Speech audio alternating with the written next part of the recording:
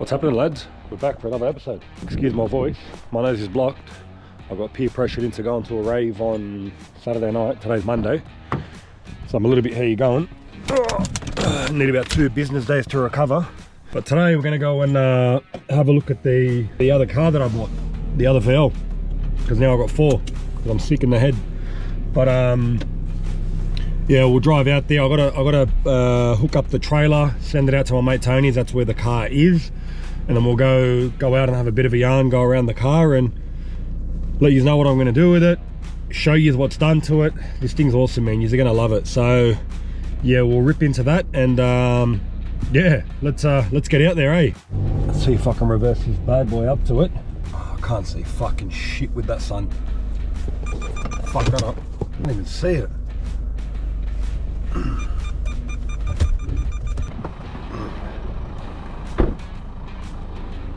Oh, almost.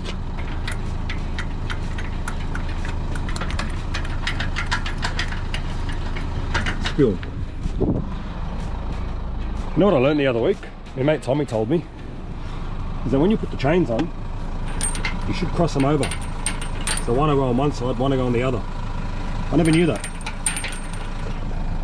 All right, we're gonna run out some parts for the running gear that I got with this car. So Microtech, computer, coil packs. I think there's another bit here. Yes, that'll go with that. So we're gonna take that out. We'll take out the hot side, 6-boost manifold, the turbo, some of the cooler piping, and I think all the rest is at Tony's. So we'll take this out because I think I've got to buy for it all. Oh, and the harness. We've got to take out the harness. So we'll give him that.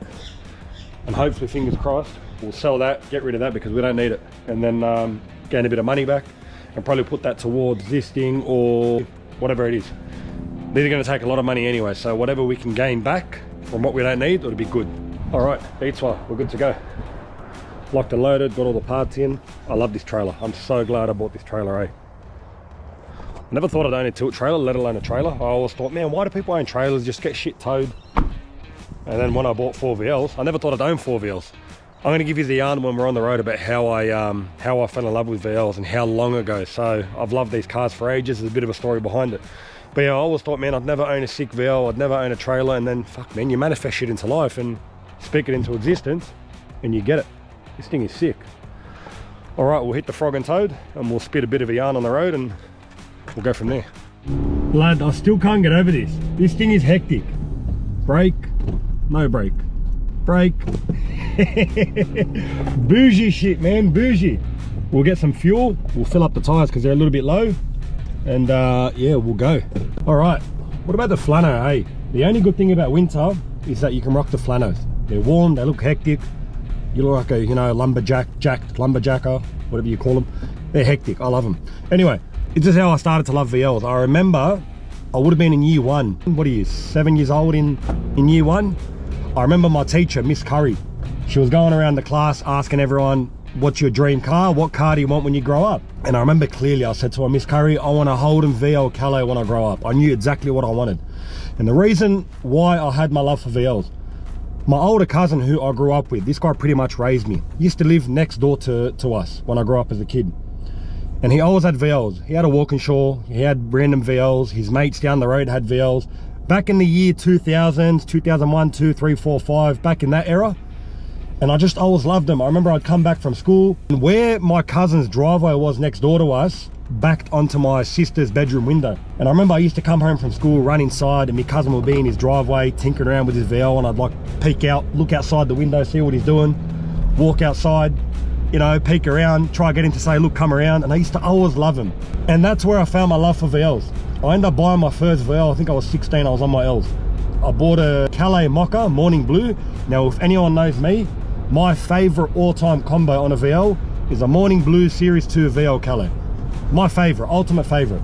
Ended up selling that car. Me dad, the typical wog that he is. Nah, it spends too much petrol, 3 litre, you're only on your L's, you're gonna go on your P's, you haven't got a job. Ended up selling it after like fucking 4 days. I was spewing. Never had a VL after that till I was maybe, fuck, I don't know, 20, 21. And it went on from there. My love for VLs never died. I always loved them, man. Grew up around VLs. Anytime I'd see a VL, I would froth. And now that I own 4 of them, it's hectic, it's mad. So that's where my love for VLs grew. I've always loved them. I think they're the best shape. They're a great car. They're a classic car. They look good. You can make them go good. They're all around just a mad car. But yeah, I remember it was year one, 2001. I remember it so clearly when I told Miss Curry what car I wanted. And from there, it was just love from there onwards. It's mad. It's mad. Yeah, they're a money pit. But you know what? And I'll tell this to my wife. Now, my wife's the sickest cunt. She knows everything I spend on cars. I do not hide not a dollar from her. If I spend 100 grand, she knows it cost me 100 grand. She always says to me, she goes, I'd rather you have this habit and not have any other habits. Now, I've had some bad habits in the past. I'm sure we all have. Growing up with wrong people, doing what you do. It is what it is. Yeah, man, we left that behind me, and I went balls deep into cars, and you know, and she supports it. She sees how happy it makes me. It makes my kids happy. We all enjoy it. You know, we go out for cruises, me, my wife, and the kids. I built my wife a VL, for fuck's sake. Who does that? It's good, you know, so we can enjoy it together. I'm still yet to have my car and her car done completely, so we can cruise together, one daughter in each car, and just, you know, have a bit of fun. So I'm still waiting for that. It will happen. Right now I've got a few projects, you know, under my belt, so one of them will get finished because my wife's car is finished. We can cruise that, we can have some fun in that. You know, they keep you out of trouble. They do get you in trouble, don't get me wrong, if you do some silly things, but they keep you out of trouble. They keep you on a straight and narrow. They keep you busy.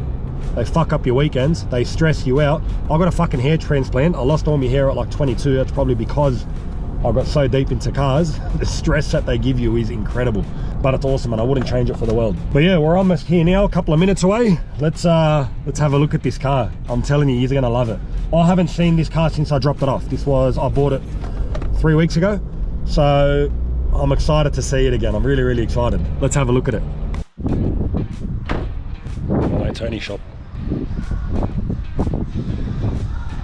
Hello? Anyone there, mate?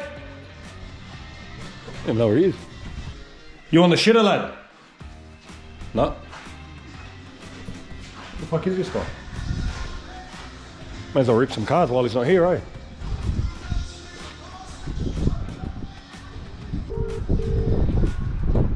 I'm there in 5 minutes, mate. Legit not here? Yeah, you're a funny cunt. Yellow. See you soon. Bye. Bye. Let's have a look at this. Where is it? Where is she? There it is. Look at it. I frothed this thing. I haven't seen this thing in ages. She's a bit fucking filthy, but look at that. The way this thing sits, man, I'm gonna try this. These are all our parts. So obviously, look, it's like the Calais. It's been completely stripped. The whole car has been completely sound deadened all the way through. Brand new trim throughout. It's good, it's good. I haven't seen this thing in a while, man. The way this thing sits. You've got the big HSV brakes, front and rear. Got all brand new roof lining throughout. Door cards. This thing is that dynamated all the way through. It even goes all the way through the boot. Hearing my voice in here, it's so like sound deadened. It's awesome. But yeah, you can see the whole thing's mint all the way through. Seats still covered in plastic. So this will be a ripper car once it's done. As I was saying, all the wiring down there is pretty much to suit an LS. K-frame spaces, extended rack. All the lines have been done proper, using bulkheads to go in. Astro Power steering pump, that's just nice and tidy. I think you've got the vacuum pump on the other side for the brakes. Yes, you do. This thing is just done good, man. Just look at the way it sits. The way this thing sits, man. Oh, let's try.